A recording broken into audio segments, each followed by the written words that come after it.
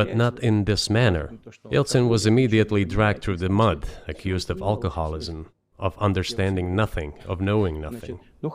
He understood everything, I assure you. Well, I became president in 2000. I thought, okay, the Yugoslav issue is over, but we should try to restore relations. Let's reopen the door that Russia had tried to go through.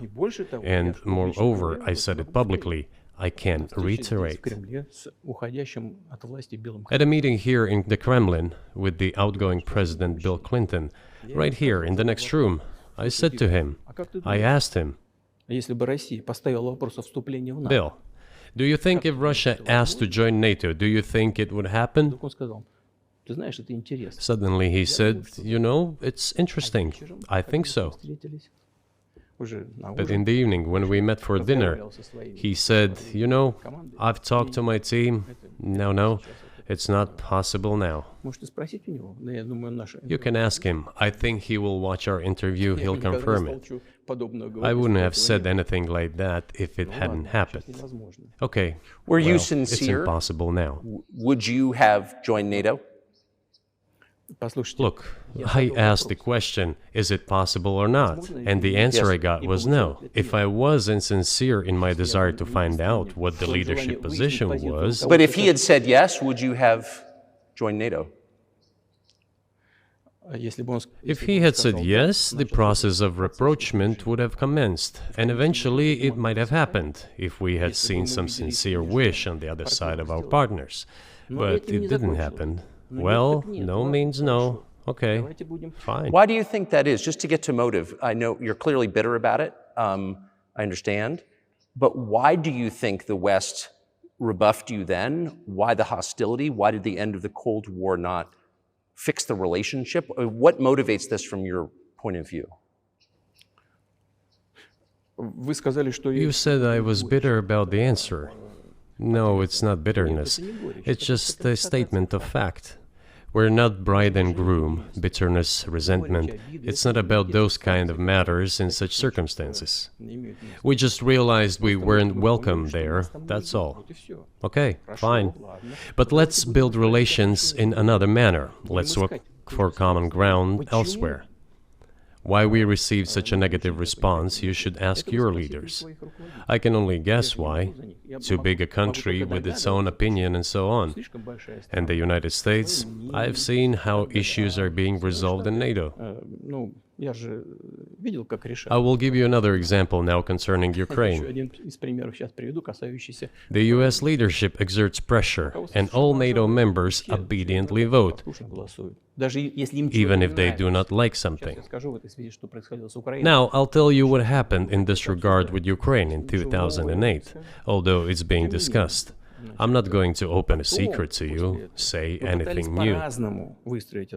Nevertheless, after that we tried to build relations in different ways. For example, the events in the Middle East, in Iraq.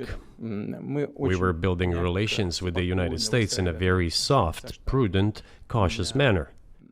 I repeatedly raised the issue that the United States should not support separatism or terrorism in the North Caucasus. But they continue to do it anyway. And political support, information support, financial support, even military support came from the United States and its satellites for terrorist groups in the Caucasus. I once raised this issue with my colleague, also the President of the United States. He says, "It's impossible. Do you have proof?" I said, "Yes." I was prepared for this conversation, and I gave him that proof. He looked at it, and you know what he said? I apologize, but that's what happened. I'll quote. He says, "Well, I'm gonna kick their ass." We waited and waited for some response. There was no reply. I said to the FSB director, "Write to the CIA, what is the result of the conversation with President?" He wrote once, twice, and then we got a reply. We have the answer in the archive.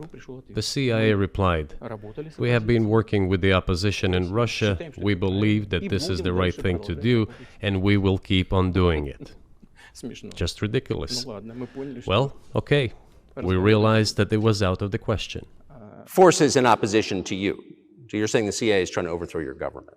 Ну, конечно, имелось в виду в данном Of случае. course, they meant in that particular case the separatists, the terrorists who fought with us in the Caucasus. Они их называли. That's who they called the opposition. Это вот второй момент. This is the second Очень point. важный. The third moment is a very important one, is the moment when the US missile defense system was created, Начало. the beginning.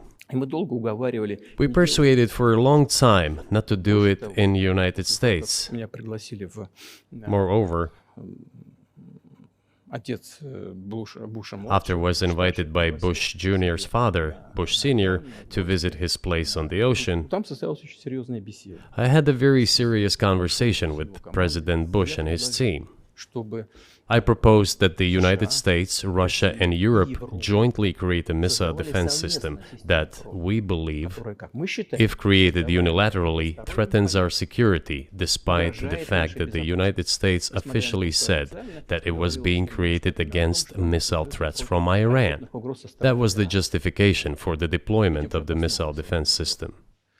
I suggested working together, Russia, the United States, and Europe. They said it was very interesting. They asked me, "Are you serious?" I said, "Absolutely." Я говорю, представь, May I ask, what year was this? ну, я не помню, вот I don't remember. в интернете, когда я был. It is easy to find out on the internet when I was in the USA at the invitation of a Bush Sr.